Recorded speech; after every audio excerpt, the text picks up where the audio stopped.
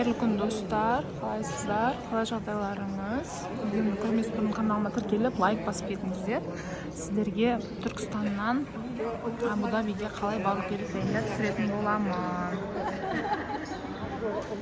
3 сағат алдын келіп, регистрациядан өтесіздер. Өздеріңіз гидпен келсеңіздер, гидпен бірге топпен жүреді. Жетісайдан Түркістанға 7000 теңгемен келдім. Негізі азанғы уақытта жүреді, сондықтан бір күн алдын ертеге барса айтып үлгермей қалуыңыз мүмкін.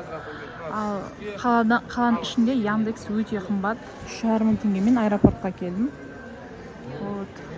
Қазір бұл жерде қажылыққа кетейін деп жатқан кісілер бар екен.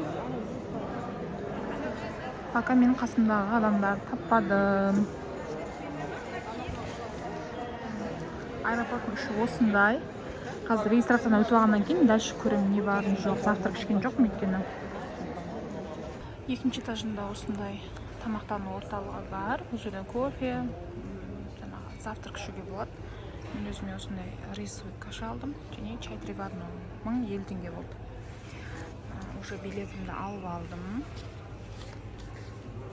Көресіз деген осындай болды.